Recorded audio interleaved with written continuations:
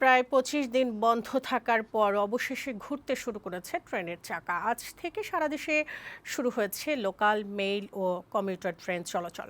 ১৫ই আগস্ট থেকে শুরু হবে আন্তনগর ট্রেন চলাচল। গতকাল থেকে শুরু হয় মালবাহী ট্রেন চলাচল। বিস্তারিত মুক্তা মাহমুদের প্রতিবেদনে। ছাত্র আন্দোলনের কারণে গেল মাসের ১৮ তারিখ থেকে বন্ধ রাখা হয়েছিল রেল যোগাযোগ। ট্রেনের যাত্রীবিহীন রাজধানীর কমলাপুর রেল স্টেশন সে সময়টা যেন কার্যত অকার্যকর হয়ে পড়েছিল।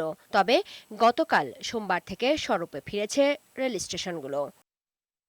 সকাল থেকেই স্টেশনে আসতে শুরু করে ট্রেনের যাত্রীরা। দীর্ঘদিন পর রেল যোগাযোগ চালু হওয়ায় স্বস্তি ফিরেছে যাত্রীদের মধ্যে।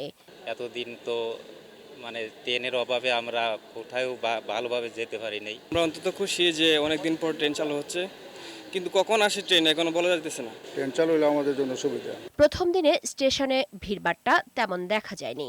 স্বস্তিতেই গন্তব্যে যেতে পেরেছেন যাত্রীরা। খুব ভালো লাগতেছে, ট্রেনটা চালু হলো। আশা করি সবগুলি ট্রেনই চালু হবে আর কি। স্টেশনে অনেক সমস্যা ফিল করা হয়, ট্রেন বা যে কোনো আমাদের বসার জন্য প্রবলেম হয়, এগুলো যেন প্রত্যেক স্টেশনে সঠিক মতো হয়। এদিন স্বল্প দূরত্বের ট্রেন চালু হলেও ১৫ই আগস্ট থেকে আন্তনগর সহ সব ধরনের ট্রেন চালু হবে বলে জানান স্টেশন ম্যানেজার মাসুদ সারোয়ার। আন্তনগর ট্রেনের টিকিট সোমবার থেকেই কাউন্টার এবং অনলাইনের মাধ্যমে বিক্রি করা হচ্ছে বলেও জানান তিনি। আমাদের রেলওয়ে পুলিশ এবং বাংলাদেশ রেলওয়ে নিজস্ব নিরাপত্তা বাহিনী আরএনবি সবাই সম্মিলিতভাবে চেষ্টা করছি যেন একটি সুন্দর, স্বাচ্ছন্দ্যময় এবং নিরাপদ ট্রেন যাত্রা উপহার দেওয়া যায়।